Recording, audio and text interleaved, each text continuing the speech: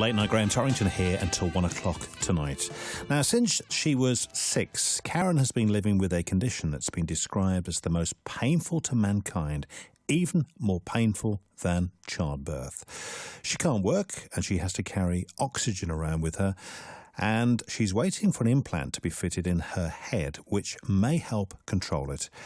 Karen has cluster headaches, also known as suicide headaches, which come in waves and they can last for weeks, even months. And during them, she can lose the sight in one eye and can't hear. And she joins me on the programme right now. Karen, thank you very much indeed for joining me on the show tonight. More than welcome, thank you. Now, just to be absolutely clear, were you born with this condition or does it actually develop? With myself, it developed when I was about 6. Most people don't actually develop the condition until they're in their adult years, more than usually sort of in their 30s. But with me, I unusually started as a child of only 6. What causes it? It's not really known. More research needs to be done. There's not a lot of research done on cluster headache. They think it's probably a malfunction of the hypothalamus in the brain. Once it starts, things can trigger it. Sometimes most of the attacks come at particular times of the day or night, but there are also things that can trigger attacks, things like paint, perfume, smells, heat. Heat is a big trigger for me. Yeah. Alcohol. I can't drink alcohol because that will trigger an attack as well. Now, you sometimes get up to 16 a day, I believe. So just describe to me what happens. You get a bloodshot eye and the pupil can constrict. You get tearing of the eye and a blocked or runny nose and sweating sometimes that side of your face. It's always one side, always unilateral.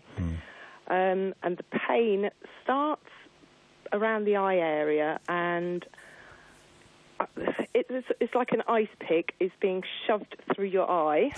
Whoa. Yeah. With me, it then spreads down one side of my face, up into the roof of my mouth, it's through my ear, down my neck, up the back of my head, and into my shoulder, that side. That sounds very painful. It's pretty horrendous, and the attacks can last anything from 45 minutes to 3 hours. With me, they generally last about an hour and a half. Right. And you know that there are triggers, so do you try and avoid these triggers? I do, I really do, and that actually limits my lifestyle quite a lot.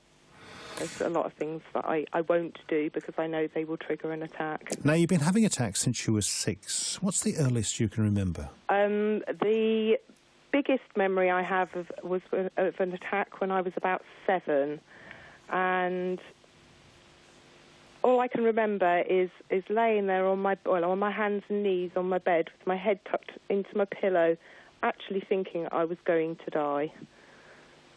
Wow, as a 7-year-old, that's pretty big, isn't it? It was, yes. But back then, I thought I had migraine. We have migraine in the family, and I thought that's what it was. And I was like, well, everyone else doesn't make this much fuss with a migraine. What's wrong with me? And what about your parents? They were obviously concerned about it, yeah? They again, thought that I just had migraine, and I learned to really play down the pain because I thought I was being a big baby, basically. Okay. So when did you actually get all this diagnosed?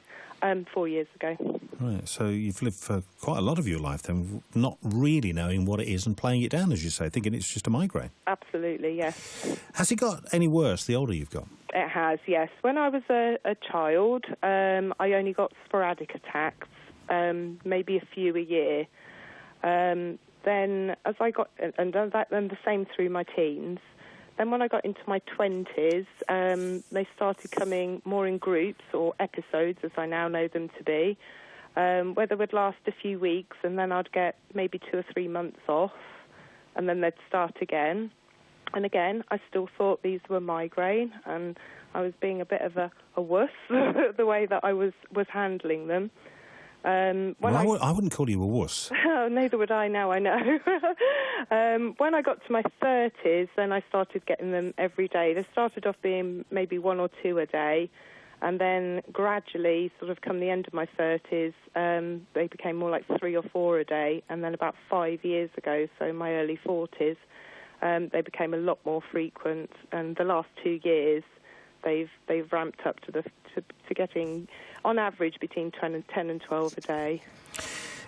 Now, during our formative years as teenagers, we want to go out and have fun and enjoy ourselves and grow up. Because of your condition, did that hold you back? It didn't so much as a teenager, because I was still having them sporadically. I mean, obviously, there were times when I would be out and I would have an attack, and I would be, I've just got to get home.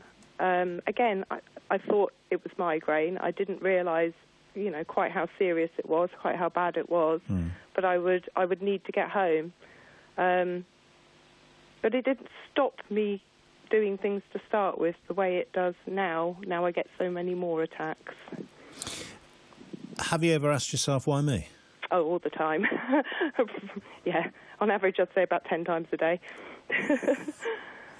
But my answer to that is always, well, if it wasn't me, it would be somebody else. Oh.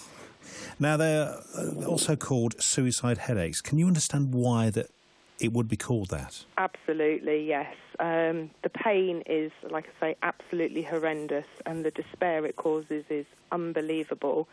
You never know when the pain is going to start again, and when you're having an attack, every single time you feel like it's never going to end. Even if it was just an hour attack, you still have that thought that it's never going to end. And I actually tried to take my own life before I was diagnosed a few years ago. Wow. Shortly after that, I was lucky enough to meet my husband now. We've been married nearly 4 years. He was he's always been very supportive, and he helped me find a charity called Ouch UK, and they helped me to get diagnosed and get treatment. Well, I think it's to explain now, Graham Torrington. I'm talking to Karen Garret, who has a condition sometimes called suicide headaches, in which she loses her hearing and some of her sight. So, Karen, what's the condition like to live with now? You said it's progressively got worse. So tell me, in the last few weeks, what life has been like for you. Yeah, it's pretty bad. I don't have a social life. I can't work anymore. Money is always tight, obviously, because I can't work. I do suffer from depression as well because of the condition, so I take antidepressants. I try and keep going as much as I can. People are quite often quite flabbergasted by how much I do still manage to do, but it's really hard. Everything's a struggle. It's hard. Tell me about having to carry oxygen around with you as well. Yes, I do have portable tanks, but they will only last a very short amount of time because you use a very, very high flow of oxygen. So quite often, if we were trying to go for a day out, we'd have to take maybe 2 or 3 portables with us. And I also suffer from a condition called Ehlers-Danlos syndrome, which means that my joints dislocate quite easily. So carrying a thing of oxygen on my back can quite often lead to dislocated shoulders, etc. You mentioned a few moments ago meeting up with your now husband, and yes. he was the one that really started to push you in the direction of getting diagnosis. Yes. What was it like? Was it a eureka moment when you did finally get that diagnosis? Oh, absolutely, yes. It was. I felt like a weight had been lifted off my shoulders because at least I knew what was causing it. It does make it easier to deal with, but also in a way harder to deal with. You almost go through a period of grieving when you find out what this condition is and that there is no cure. And it is a lifelong condition. But at least I knew I was going to get help. All right. And medication, are you on medication now? I'm not. I've tried. There are quite a few medications that can be used to sort of help control cluster headache. Unfortunately, I've tried all of them and none of them have worked for me. You're now 46 and have 4 children. Yes. Was it tough bringing up children with cluster headaches at the same time? It was pretty difficult. My children missed out on quite a lot. I was also a single parent, so from when my youngest, who's now 16, was a baby, until I met Drew nearly 5 years ago, I was on my own trying to look after them, and they did miss out on a lot. There were times when I couldn't even get to parents' evening and things like that. How did that make you feel as a mum yourself? Oh, absolute failure. Absolute failure. I mean, they wouldn't agree. They would say that, I did everything I could to give them a really good and stable life, but I feel as if I didn't give them what I could have done had I not got the condition. I'm sure there's a heck of a lot of love there for Mum. I'm sure there is. How disruptive has your family life been? For example, going on family holidays, you talk about these oxygen tanks that you have to take around with you. Does that cause issues? Oh, it does, yes. Everything takes a huge amount of planning. I can get oxygen delivered by the company to a location if I'm staying in this country. In fact, I've only actually managed to have one holiday in the 5 years since I've known Drew. It's not only a case of the logistics, it's also money because I can't work. I do get a small amount of disability living allowance, but that's going to go soon. So, but trying to go anywhere, taking oxygen, trying to make sure there's always a safe place for me to get to when I do have an attack, because I do lose all my senses. I'm very vulnerable, so I need to be somewhere safe when I'm having an attack as well. Is it still as frightening now as it always has been? Because with having these attacks, you kind of get used to it, but never get used to it. So is it still as frightening? I guess it's not as frightening once I had the diagnosis, because at least I know what it is. But yes, it's still frightening each time, especially if I'm not in my own walls, in my own home, where all my coping mechanisms are, yes. So you like to be safe in amongst those four walls? I do, yes. And they say that the headaches are more painful than childbirth, and you would know, actually, having given birth to 4 children, so are they?